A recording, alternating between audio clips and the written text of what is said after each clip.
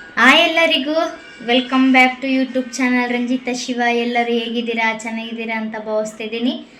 ವಿಡಿಯೋನ ಕೊನೆವರೆಗೂ ನೋಡಿ. ಹಾಗೆ ಹೊಸದಾಗಿ ಯಾರೆಲ್ಲ ನನ್ನ ಯೂಟ್ಯೂಬ್ ಚಾನಲ್ ನೋಡ್ತಿರೋ ಪ್ಲೀಸ್ ಸಬ್ಸ್ಕ್ರೈಬ್ ಮಾಡ್ಕೊಳ್ರಿ ಅಂತ ಕೇಳ್ಕೊತಿದ್ದೀನಿ.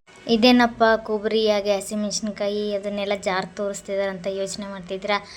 ಯಾವಾಗ ಚಿತ್ರಾನ್ನ ತಿಂದು ಬೋರ್ ಆಗಿದ್ರೆ ಈ ಥರ ಮಸಾಲೆ ಚಿತ್ರಾನ್ನ ಟ್ರೈ ಮಾಡಿ ನೋಡ್ರಿ, ಸಖತ್ತಾಗಿರುತ್ತೆ.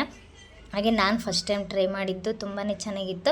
ಮಿಕ್ಸಿಗೆ ಹಸಿಮೆಣ್ಸಿನ್ಕಾಯಿ, ಶುಂಠಿ ಹಾಗೆ ಬೆಳ್ಳುಳ್ಳಿ, ಈರುಳ್ಳಿ, ಕೊತ್ತಂಬರಿ ಸೊಪ್ಪು ಮಿಕ್ಸಿಗೆ ಹಾಕ್ಕೊಂಡು ನಾನಿಲ್ಲಿ ಒಗ್ಗರಣೆಗೋಸ್ಕರ ಅಂತೇಳಿ ಹಸಿಮೆಣ್ಸಿನ್ಕಾಯಿ, ಕರಿಬೇವು, ಕೊತ್ತಂಬರಿ ಸೊಪ್ಪು, ನಿಂಬೆಹಣ್ಣು, ಈರುಳ್ಳಿ ಹಾಕಿದರೆ ಹಾಕ್ಬೋದು, ಇಲ್ಲದಿದ್ದರೆ ಬೇಡ, ಆಪ್ಷನಲ್ ಅದು.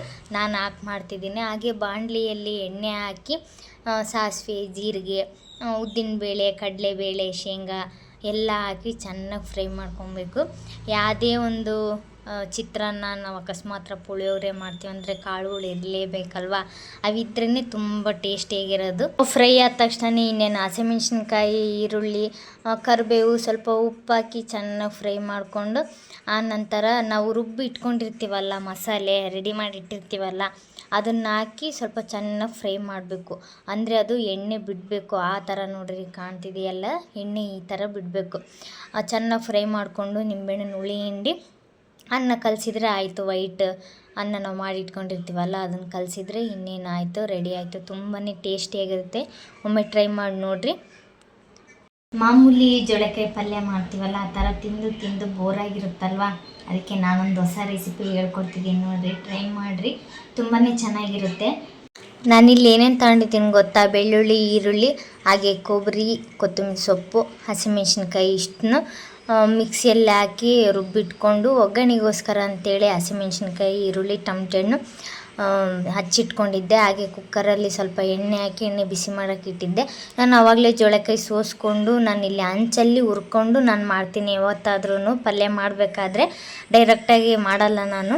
ಇನ್ನೇನು ರುಬ್ಬಿಟ್ಕೊಂಡಿದ್ನಲ್ಲ ಅದು ಮಸಾಲೆನ ಒಗ್ಗರಣೆ, ನಾವು ಮಾಮೂಲಿ ಚಿತ್ರಾನ್ನಕ್ಕೆ ಒಗ್ಗರಣೆ ಕೊಡ್ತೀವಲ್ಲ, ಅದೇ ಥರನೇ ಎಲ್ಲ ಹಾಕಿ ಒಗ್ಗರಣೆ ಕೊಟ್ಟು ನಾನಿಲ್ಲಿ ಹಾಕಿರೋದು ಕೊತ್ತಂಬರಿ ಪುಡಿ ಅಂದರೆ ಧನಿಯಾ ಪುಡಿ ಅಷ್ಟೇ ಯೂಸ್ ಮಾಡಿರೋದು, ಇನ್ನೇನು ಯೂಸ್ ಮಾಡಿಲ್ಲ ನಾನು. ಅಂದರೆ ಖಾರ ಜಾಸ್ತಿ ಬೇಕನ್ನೋರು ಮಿಕ್ಸಿಗೆ ಸ್ವಲ್ಪ ಜಾಸ್ತಿ ಹಸಿಮೆಣ್ಸಿನ್ಕಾಯಿ ಹಾಕ್ಕೊಂಡು ಮಿಕ್ಸಿ ಮಾಡ್ಕೊಳ್ರಿ, ತುಂಬಾ ಟೇಸ್ಟಿ ಇರುತ್ತೆ.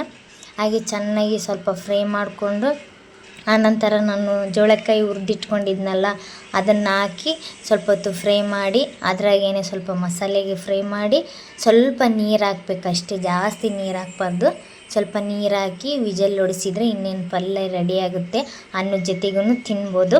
ಈ ಚಿತ್ರಾನ್ನದ್ದು ಹಾಗೆ ಜೋಳಕಾಯಿ ಪಲ್ಯದ್ದು ರೆಸಿಪಿ ಇಷ್ಟ ಆದರೆ ಲೈಕ್ ಮಾಡಿ, ನೀವೊಮ್ಮೆ ಮನೇಲಿ ಟ್ರೈ ಮಾಡಿರಿ ಅಂತ ಹೇಳ್ತಾ, ಹಾಗೆ ನನ್ನ ಯೂಟ್ಯೂಬ್ ಚಾನಲ್ನ ಯಾರೆಲ್ಲ ಮೊದಲನೇ ಸಲ ನೋಡ್ತಿದ್ರು ಪ್ಲೀಸ್ ಸಬ್ಸ್ಕ್ರೈಬ್ ಮಾಡ್ಕೊಳ್ರಿ ಅಂತ ಕೇಳ್ತಾ, ಮುಂದಿನ ವಿಡಿಯೋದಲ್ಲಿ ಸಿಗುವ.